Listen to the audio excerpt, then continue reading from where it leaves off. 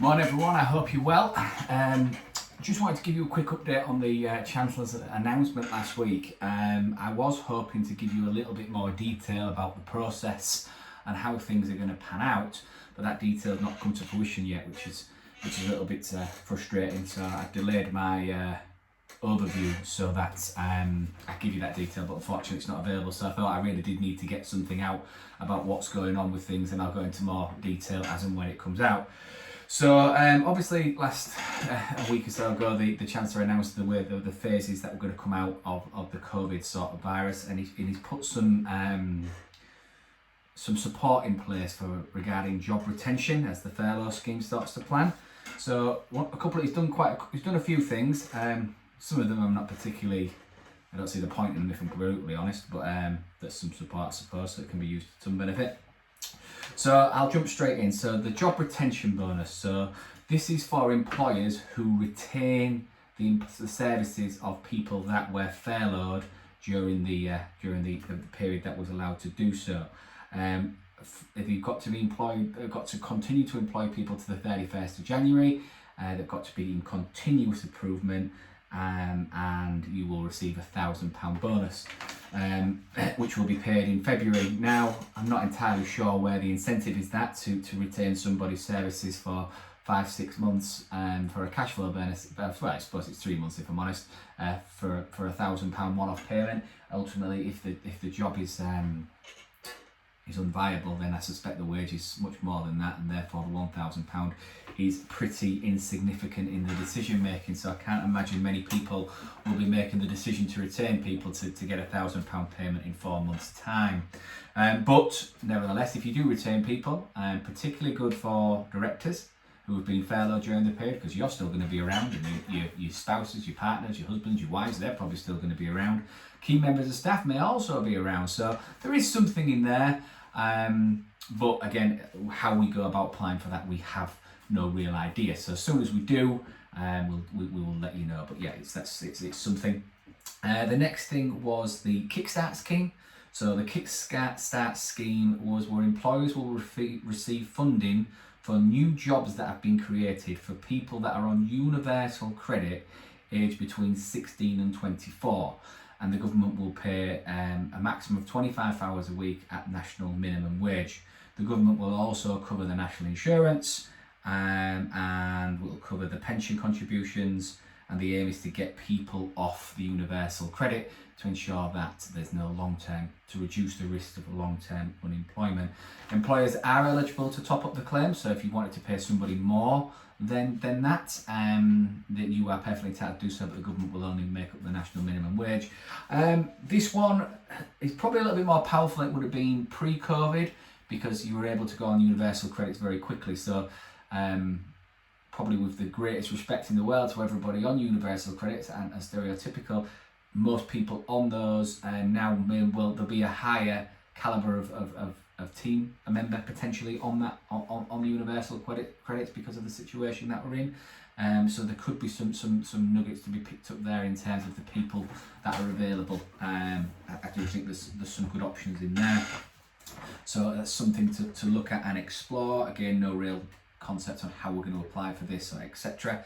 Then you've got the apprenticeship sort of position. So you've got it's called the employment support schemes for trainings and apprenticeships. So businesses will be given £2,000 for each new apprentice hired under the age of 25, and £1,500 for those over 25. And this covers the period from the 1st of August to the 31st of January. And this is in addition to the £1,000 payment already provided under the Education, Health and Care Plan. So again, if you're looking to bolster your team with the use of apprentices, which is an excellent way to go down things, then there's some incentives to do that over the coming months. So that's kind of it in terms of the employment support. The other areas that I did talk about was obviously a couple of tax savings and things like that. So I'll quickly touch on those, because I think these are a little bit more of interest probably, particularly around the stamp duty. So there's been a temporary increase in the stamp duty bands on residential properties. So that at the minute the nil rate band goes up to 125,000. So any property bought under 125,000, it doesn't attract any stamp duty. Anything above that then starts to attract it in different bands. What they've done is they've increased that banding to $500,000. So there's some potential options there where if you're thinking of moving home, there can be a potential big saving on stamp duty there. If you think on $500,000, it would probably cost you 15-20 grand to move. You won't need to pay that kind of money anymore. And that runs up to the 31st of March. So I suspect the conveyancing solicitors will be busy because it is now, property prices will probably no doubt fall. So there's an opportunity to get take a step up on the property ladder. The other thing that this adds benefit to is this does apply to second and third, fourth, fifth, sixth properties. So again, actually now for investment properties, it becomes cheaper as well. If you're going to think about buying and developing property, thinking about buying a portfolio, those sorts of things. So again, the $500,000 band still represents 0%, and then you just add the customary 3% on for the second property charge. So again, good news for investors and property developers and house movers. The other thing, obviously the big thing, was the travel and tourism sectors, and particularly the VAT. My view on this is that this VAT cut is not necessarily something to pass on to customers. I believe it should be used as a way to support business. There's obviously both arguments both ways, where you can talk about, well, reducing my prices will ultimately drive more custom. Yes, it will. But my view is that, well, when this runs out in 15th of January 21, prices are going to go back up. So you're either going to lose that benefit of the customers that you had through the doors, or potentially you're going to lose because they'll walk away because of the price increase, if that's the only reason that they came. Or alternatively, you're going to take a 15% hit on your profit margin. So my view is that anybody within this industry certainly should be retaining prices, and they should be taking the VAT benefit on that.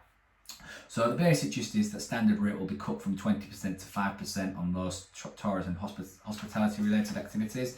It starts from the 15th of July, so from today, and it runs through to the 12th of January. Logistical nightmare for us as accountants, but that's not really your problem, that's mine. The 5% VAT rate will apply to supplies of food and non-alcoholic drinks from restaurants, pubs, bars, cafes and similar premises across the UK.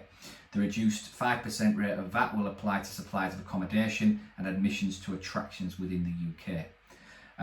There is also the Eat Out to Help Out scheme, where basically between a Monday and a Wednesday you can get a 50% discount on sit-down meals up to a maximum of £10 a head. The restaurants have to apply for it to make sure they're on the scheme. The full application process, I believe, is now online and is available to do. So that's something to try and encourage people to go out. I'm not sure people are massively fans of going out right now, especially with the increased pressure on masks and those sorts of things, which have now been pushed into shops. Will they be extended into bars and restaurants? I don't quite understand the shop or myself, to be brutally honest. You would have thought maybe bars and restaurants would be the place that you put it in, because you ultimately spend a lot more time in there than you do within a shop, but I guess there's more footfall in a shop. So swings and roundabouts. I'm no scientist or anything like that. Some conspiracy theories basically said the government have now got too many PPE masks and now need to sell them off to make a few quid, but there you go. Read into whichever you will. Other than that, I don't think there's a great deal that will really be of any real benefit. There's the Green Recovery Package, which basically allows grants to be available for people to make their home greener.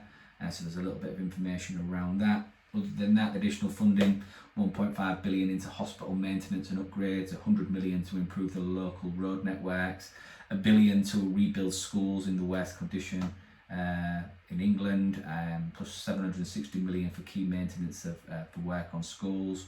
Another $1 billion going in to boost local economy recovery projects in the areas that need it most, and 142 million for court maintenance and repair across the 100 courts of the UK, of England. That's about the size of the announcement so far. We don't know a great deal more, so hopefully that's given you a little bit of insight. Sorry I can't give you any more detail on the application process or anything like that, but as soon as it does, we will get that out. Okay, have a great day, stay safe, and look forward to speaking to you all soon. Thank you, bye.